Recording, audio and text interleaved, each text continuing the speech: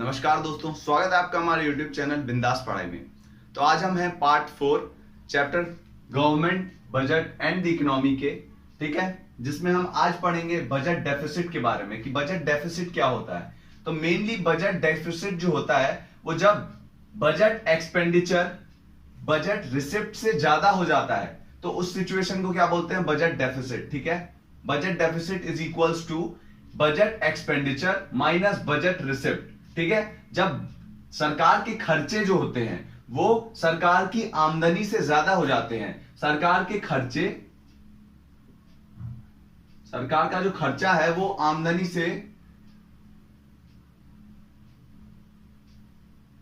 से ज्यादा हो जाए। ठीक है, आमदनी से ज्यादा हो जाए तो उसको क्या बोलते हैं, बजट डेफिसिट। अब यहां पे एक कंडीशन तो बजट डेफिसिट वाली होती है, अगर मान लीजिए कि बजट एक्सपेंडिचर बजट रिसिप्ट जो है, सरकार के पास जो पैसा आ रहा है, सरकार की आमदनी सरकार के खर्चे से ज्यादा हो तो उसको क्या बोलते हैं, बजट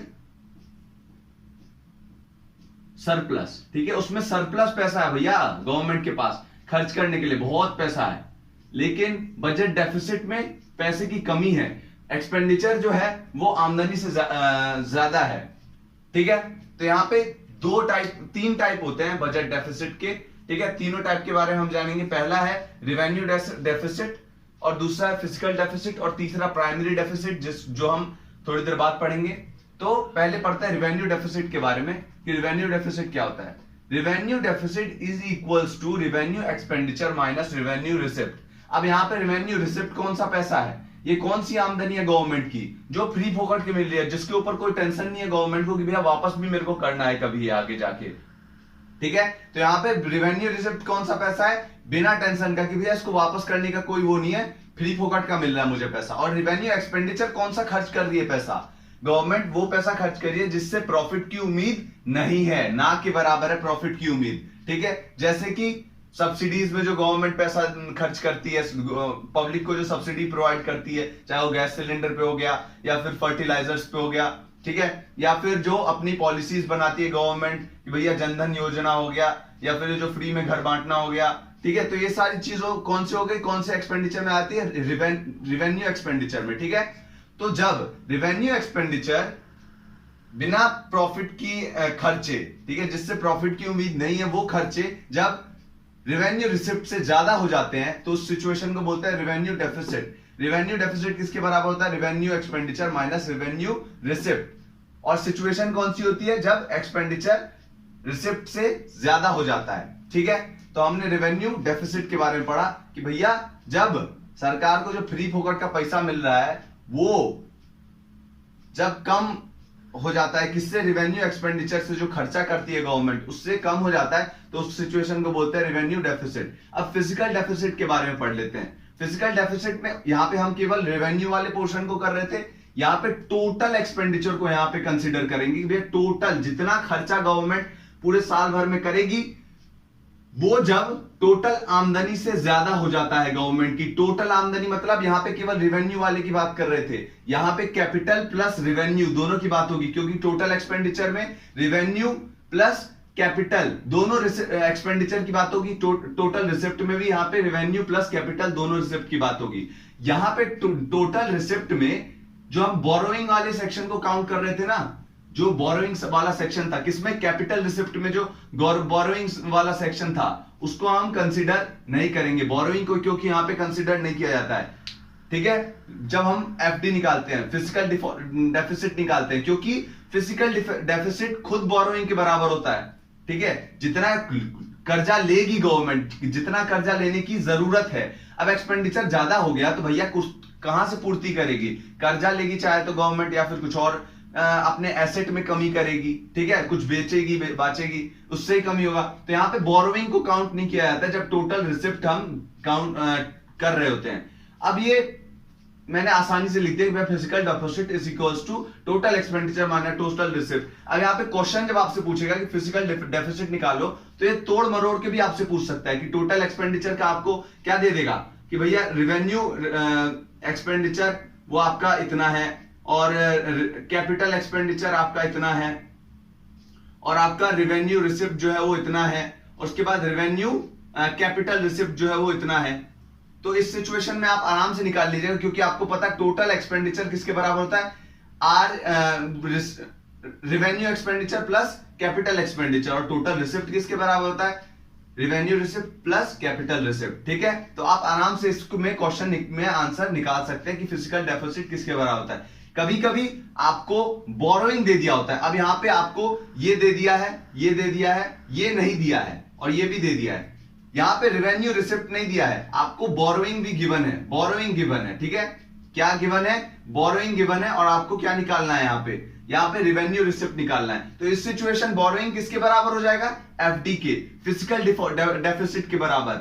आपको अगर फिजिकल डेफिसिट क्वेश्चन में गिवन नहीं है और बोरोइंग गिवन है, तो आप बोरोइंग को फिजिकल डेफिसिट कंसीडर कर सकते हैं और आराम से आंसर निकाल सकते हैं। ठीक है, किसी भी सिचुएशन में आप आंसर निकाल सकते हैं। सेम यहां पे भी आपको कर सकते हैं कि रिवेन्यू डेफिसिट निकालने के लिए बोलेगा और आपको क्या क्या दे देगा, यहां पे आपको दे देगा इनडायरेक्ट टैक्स, डायरेक्ट टैक्स, उसके बाद क्या दे देगा कि भैया non tax receipt, non tax वाली जिसमें टैक्स की कोई बात ही नहीं होती। ठीक है, ये वाली पूरा दे देगा। उसके बाद रेवेन्यू एक्सपेंडिचर में कौन सा दे देगा, रेवेन्यू एक्सपेंडिचर में आपको दे देगा कि भैया उसके जितने पार्ट होते हैं। तो आप इसमें कोई भी हड़बड़ाने की जरूरत नहीं है, आप इन सबको क्या कर देना, रेवेन्यू रिसिप्ट वाले जितना सेक्शन है वो उनको प्लस कर देना, वो किसके बराबर जाएगा, रेवेन्यू रिसिप्ट के। और रेवेन्यू एक्सपेंडिचर वाला जितना सेक्शन है, जो खर्चा वाला सेक्शन है, उसको आप आराम से प्लस कर देगा, तो रेवेन्यू एक्सपेंडिचर के बराबर आ जाएगा। तो हड़बड़ाने की कोई जरूरत नहीं होगी भैया, इतना ही आपने सीखा है कि रेवेन्यू एक्सपेंडिचर जब गिवन रहेगा और रेवेन्यू रिसिप्ट, तभी आप रेवेन्यू डेफिसिट निकाल सकते हैं। किसी भी सिचुएशन में आप आराम से रेवेन्यू डेफिसिट निकाल सकते हैं। ठीक है, तो यहाँ पे ये तो देख लिया कि भैया ये सब होता है। अब प्राइमरी के बारे में पढ़ेंगे, और क्या पढ़ेंगे कि भैया इन सब से क्या इंपैक्ट पड़ता है। फिजिकल डेफिसिट वाली सिचुएशन जब आ जाती है तो इकोनॉमी के ऊपर उसका क्या प्रभाव पड़ता है, क्योंकि इसमें हमें बोरोइंग करनी पड़ेगी, जो पैसा है वो उधार पे लेना पड़ेगा, या फिर हमें अपने एसेट में कमी करनी पड़ेगी। तो भैया उससे क्या क्या जो असर पड़ेगा वो पड़ेगा इकोनॉमी के ऊपर, उसके बारे में अब जानते हैं। ठीक है, तो अब पढ़ते हैं प्राइमरी डेफिसिट के बारे में कि प्राइमरी डेफिसिट क्या होता है। तो primary deficit is equals to physical deficit minus interest payment. यहां पे हमने देखा था फिजिकल डेफिसिट को बोरोइंग के बराबर भी हम लिख सकते हैं। ठीक है, बोरोइंग के बराबर भी हम लिख सकते हैं। तो बोरोइंग अगर है तो बोरोइंग के ऊपर इंटरेस्ट भी चार्ज होगा कि भैया फ्री में कोई पैसा तो नहीं दे देगा हमें, हमारा जो डेफिसिट है उसको पूरा करने के लिए सरकार किसी से पैसा लेगी, पैसे के ऊपर क्या होगा, इंटरेस्ट चार्ज होगा। तो अब हर साल इंटरेस्ट चार्ज होगा। ठीक है, उसके ऊपर हर साल इंटरेस्ट चार्ज होगा, तो हर साल उसका अमाउंट बढ़ता जाएगा। लेकिन प्राइमरी डेफिसिट क्या रहेगा, फिजिकल डेफिसिट जो हमारा बेस फिजिकल डेफिसिट था। ठीक है, फिजिकल डेफिसिट जो हमारा बेस वाला था वही हमारा प्राइमरी डेफिसिट रहेगा। प्राइमरी डेफिसिट मतलब कि भैया जितना डेफिसिट एक्चुअल में है, जो हमारा एक्चुअल प्राइस था, इंटरेस्ट उसमें से अगर हटा दें हम, ठीक है, क्योंकि हर साल इंटरेस्ट चार्ज होगा। मान लीजिए फिजिकल डेफिसिट जो था वो हमारे पास 10 रुपए था, लेकिन अगले साल क्या हुआ, उसके ऊपर 10% ब्याज लगा तो ये 11 हो गया। ठीक है, लेकिन हमारा प्राइमरी डेफिसिट क्या रहेगा, प्राइमरी डेफिसिट रहेगा फिजिकल डेफिसिट माइनस, नहीं फिजिकल डेफिसिट अगले साल तो 11 हो जाएगा ना, 11 माइनस 1 इज इक्वल्स टू 10। हमारा प्राइमरी डेफिसिट अभी भी 10 रहेगा। तो अगर हम इंटरेस्ट पेमेंट घटा दे किस में से, फिजिकल डेफिसिट में से, तो हमारा आराम से प्राइमरी डेफिसिट निकल जाएगा, जो हमारा बेस फिजिकल डेफिसिट होता है। ठीक है, तो अब पढ़ते हैं effects of the deficit on the economy की भैया ये जो डेफिसिट आ रहा है, जो कमी आ रही है पैसे की एक्सपेंडिचर के मुकाबले में आमदनी में, ठीक है, तो वो कमी के कारण क्या क्या होता है। पहली बात तो नेशनल डेब्ट जो होता है, जो कर्जा होता है देश के ऊपर, वो बढ़ता है। क्यों, क्योंकि भैया डेफिसिट को पूरा करने के लिए क्या करेगा देश, कर्जा लेगा कहीं से, चाहे तो आरबीआई से लेगा या फिर मार्केट से लेगा, हम लोग आम जनता से लेगा, कैसे गवर्नमेंट सिक्योरिटीज बेचेगा और हमसे पैसे लेगा। ठीक है, या फिर फॉरेन जो वो होते हैं जैसे कि वर्ल्ड बैंक हो गया या फिर आईएमएफ हो गया, तो इन सब इंस्टीट्यूशन से लेगा। ठीक है, हमने पढ़ ली कि कहां कहां से पैसा ले सकता है गवर्नमेंट। तो डेफिसिट को पूरा करेगा तो नेशनल डेप्थ हमारा बढ़ता जाएगा। बढ़ता कैसे जाएगा कि भैया हमारा जो फिजिकल डेफिसिट है उसको लेने के लिए हमने बोरोइंग की है, बोरोइंग के ऊपर इंटरेस्ट चार्ज भी होगा, तो उससे क्या होगा, नेशनल डेप्थ जो है वो टाइम के साथ बढ़ता जाएगा, ऊपर की तरफ जाएगा। इन्फ्लेशन भी बढ़ता जाएगा क्योंकि भैया हमारे ऊपर डेप्थ है, डेप्थ के ऊपर इंटरेस्ट भी चार्ज हो रहा है, तो सरकार क्या करेगी, अपने आप चीजों के दाम जो है वो अपने आप बढ़ा देगी। बढ़ाने से क्या होगा, इन्फ्लेशन की सिचुएशन आ जाएगी, क्योंकि भैया सरकार को तो ज्यादा ज्यादा पैसा चाहिए ना, जिससे वो इंटरेस्ट भी चुका पाए और ये जो नेशनल डेप्थ है उसको भी चुका पाए। ठीक है, तो जैसे जैसे नेशनल डेप्थ बढ़ता है ना, वैसे वैसे इन्फ्लेशन भी ऑटोमेटिकली बढ़ता ही है। ठीक है, और उसके बाद क्या होगा, थर्ड में साइकिल ऑफ हाई एफडी, मतलब physical deficit and low GDP. जैसे जैसे फिजिकल डेफिसिट हमारा बढ़ता जाएगा, ठीक है, हमारा जो कमी है, एक्सपेंडिचर ज्यादा हो रहा है लेकिन हमारे पास आमदनी कम है, तो फिजिकल डेफिसिट जैसे जैसे बढ़ता जाएगा वैसे वैसे जीडीपी की जो ग्रोथ है वो कम होती जाएगी। क्यों? क्योंकि भैया ज्यादातर पैसा ये जो डेफिसिट है उसको चुकाने में चला जा रहा है और उसकी इंटरेस्ट को चुकाने में चला जा रहा है, तो जीडीपी की ग्रोथ कैसे होगी, क्योंकि प्रोडक्शन तो बढ़ेगा नहीं इकोनॉमी में, और इन्फ्लेशन की सिचुएशन भी आ जाएगी। जब इन्फ्लेशन होगा तो जीडीपी की ग्रोथ अपने आप रुक जाएगी। ठीक है, जीडीपी जो है वो लो हो जाएगा, हमारा लो ग्रोथ ऑफ जीडीपी हो जाएगा। चौथा क्या होगा, scarcity of loan for ordinary people, क्योंकि भैया जितना भी लोन है वो तो पहले ही कौन ले चुका है, गवर्नमेंट ले चुका है, क्योंकि भैया फिजिकल डेफिसिट जो है उसको पूरा करना है।